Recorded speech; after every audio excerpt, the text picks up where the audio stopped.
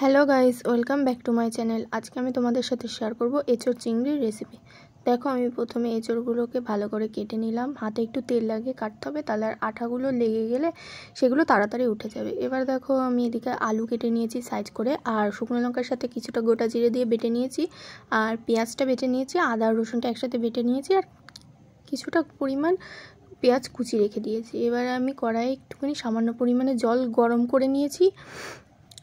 তারপরে সেই জলের মধ্যে এঁচোড়গুলো দিয়ে দিলাম, লবণ হলুদ আর আলুটা দিয়ে ঢেকে দিলাম, দিয়ে 10 মিনিট সেদ্ধ করে নেবো। দিয়ে 10 মিনিট পরে এই যে খুলে নিলাম।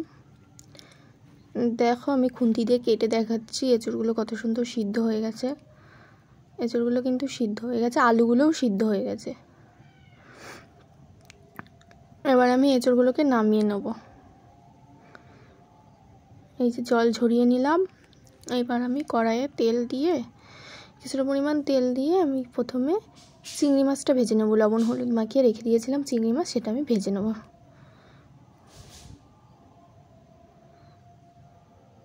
এই যে আমি চিংড়ি মাছগুলো দিয়ে দিলাম, এবার ভালো করে ভেজে নেব, লাল লাল করে। একটু লাল লাল করে ভাজতে হবে। একটু লাল লাল করে ভেজে আমি চিংড়ি মাছগুলো নামিয়ে নেব।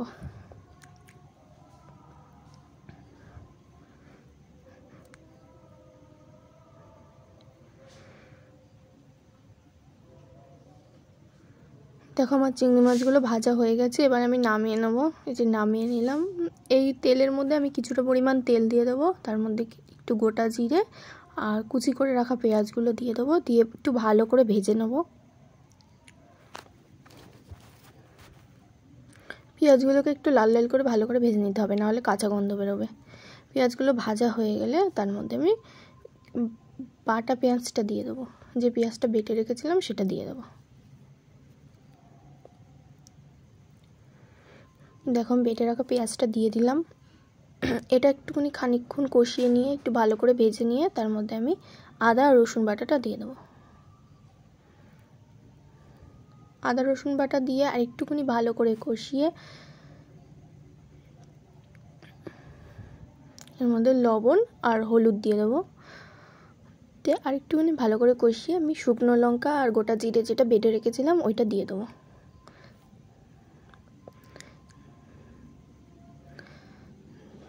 দেখ, ভালো করে কষিয়ে কিছুটা পরিমাণ জল দিয়ে দেবো।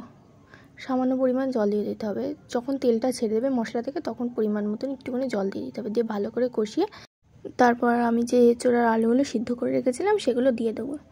দিয়ে একটুখানি কষিয়ে পরিমাণ মতন জল দিয়ে দেবো।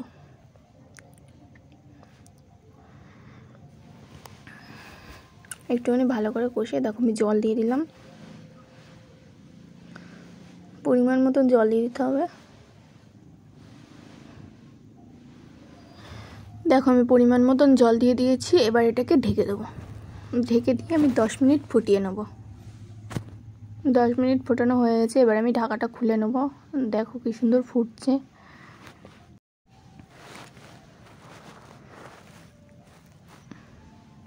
দেখো কি সুন্দর ফুটছে তরকারিটা, আর কালারটা কিন্তু হেবি সুন্দর এসেছে। এবার আমি দেখে নেব যে ভালো করে সিদ্ধ হয়েছে কিনা। দেখলাম সিদ্ধ হয়ে গেছে। এবার আমি আলুগুলো গালিয়ে দিচ্ছি একটু হাতা দিয়ে আলুগুলো ভেঙে দিলে না, তাহলে ঝোলটা একটু আঠা হয় আর তরকারিটাও টেস্ট হয়। দেখো, এবার প্রায় হয়ে গেছে। এবার আমি চিংড়ি মাছগুলো দিয়ে দেবো। ভেজে রাখা চিংড়ি মাছগুলো দিয়ে দিলাম।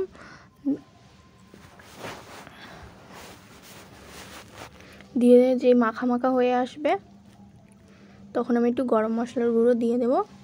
দেখো, আমি গরম মশলার গুঁড়ো কিন্তু দিয়ে দিয়েছি। ভালো করে নাড়িয়ে চাড়িয়ে নেব। এবার যখন দেখবো যে মাখা মাখা হয়ে গেছে তরকারিটা, তখন আমি নামিয়ে নেব। দেখো, আমার তরকারি রেডি। এবার আমি নামিয়ে নিয়েছি। তোমরা কমেন্টে জানাবে কেমন হয়েছে।